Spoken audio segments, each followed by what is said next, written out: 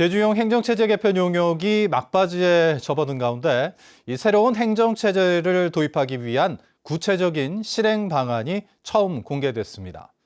하지만 개편에 따른 도민 이익이 구체적이지 않고 이미 통합된 사무와 정부가 나눠주는 세금을 어떻게 분배할 것인지도 모호하다는 비판이 나오고 있습니다.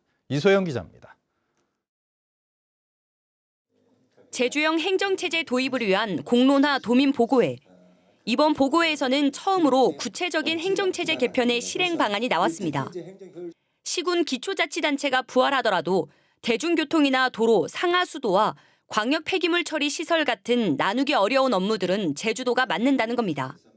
시군이 설치되는 안이 최종적으로 확정이 되더라도 실제 시군 출범시킬 때는 시군 업무를 전체 시군에게 넘겨주지 말고 일정 사무에 대해서는 도가 그대로 처리를 해서 도민들이 겪게 될 불편을 없애주자. 하지만 특별자치도가 출범하면서 광역사무와 기초사무가 합쳐졌고 특별법으로 더해진 4,700개의 국가사무를 어떻게 나눌지에 대한 구체적인 방안은 여전히 미지수입니다. 거기에다 이번 개편으로 도민이 얻을 생산 증대나 부가가치, 취업 유발 효과 등 직접적인 이익이 모호하다는 비판도 나왔습니다.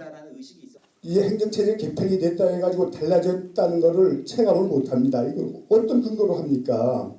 그래서 우선 질문을 처음에 요거 행정시장 직선제 개편의 유발 효과가 어떤 근거에 의해서 또 다른 쟁점인 세금을 어떻게 나눌 것인지도 제시됐지만 여전히 모호합니다.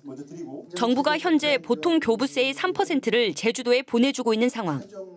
4개 구역안을 선택할 경우 이런 특례를 유지하기 어렵다고 봤고 3개 구역안을 택하면 유지가 가능할 것이라고 내다봤지만 근거를 명확하게 내놓지는 못했습니다.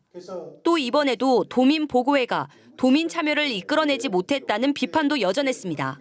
낮 시간대에 해서 사람들이 많이 모이지도 못하는 시간대에 하시는 것보다는 좀 저녁 시간대에 이렇게 좀 주민들이 많이 참석해서 이렇게 어떤 현안에 대해서 좀 얘기를 들을 수 있는 행정체제 개편위원회는 이번 보고의 의견까지 취합한 뒤 이르면 이달 말에 최종안을 도지사에게 제출할 계획입니다. MBC 뉴스 이소연입니다.